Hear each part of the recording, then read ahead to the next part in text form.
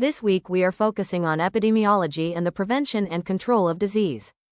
Epidemiology forms the foundation of public health practice by helping us understand patterns of disease, identify populations at risk, and guide prevention strategies. As ADN-prepared nurses, you will use epidemiologic thinking in many settings, whether interpreting screening data, identifying outbreaks, or educating clients and communities. This slide shows how our Week 2 content aligns with broader course objectives.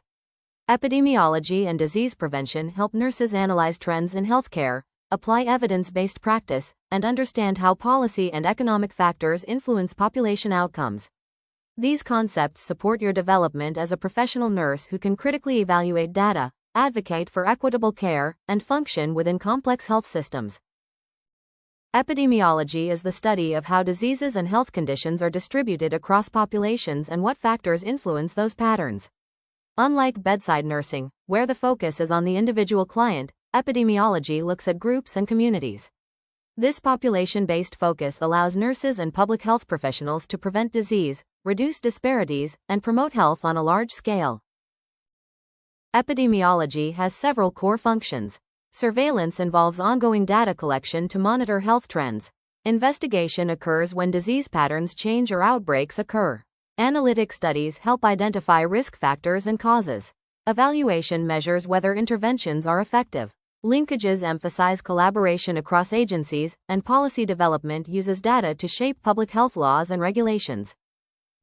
Surveillance is a continuous and systematic process that allows public health agencies to identify trends and respond early to potential health threats. Nurses play a key role by recognizing reportable conditions and following mandatory reporting requirements.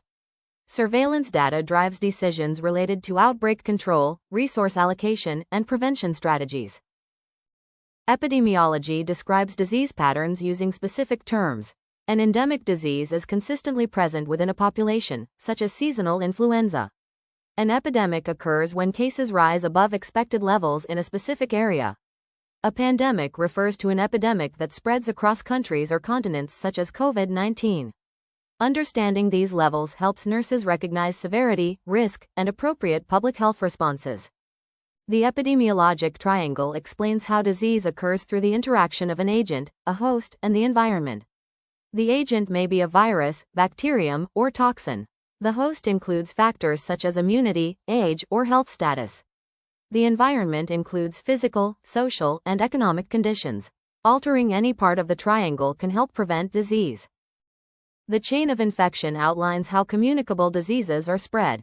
Each link must be present for infection to occur. Nurses interrupt this chain through actions such as hand hygiene, isolation precautions, vaccination, and client education. Breaking even one link can prevent transmission and protect communities.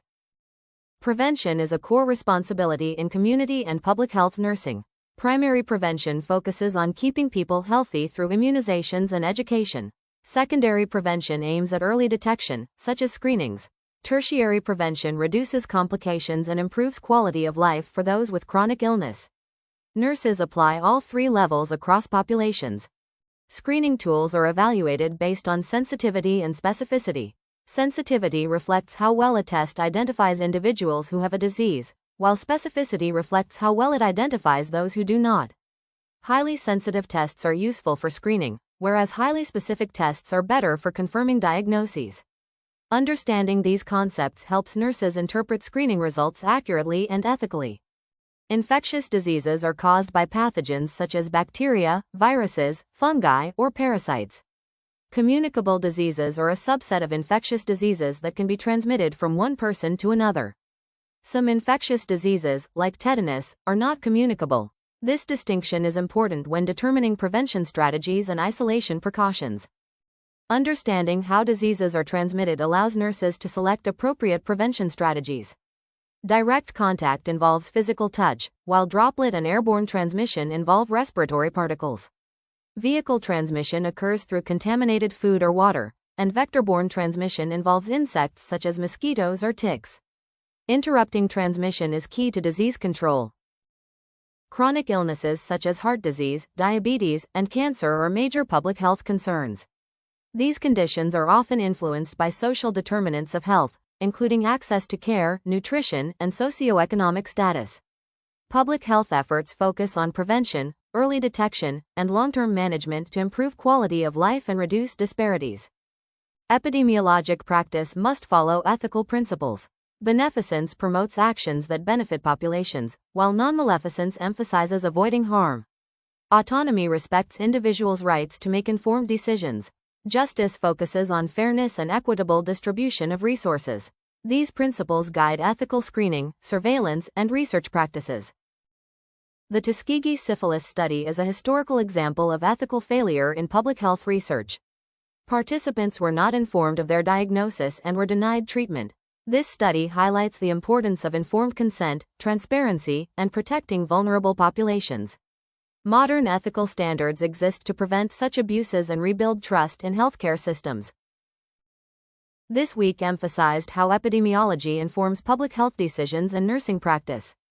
By understanding disease patterns, transmission, and prevention, nurses can contribute to improved population outcomes. Epidemiologic thinking supports ethical, evidence-based care at the community level.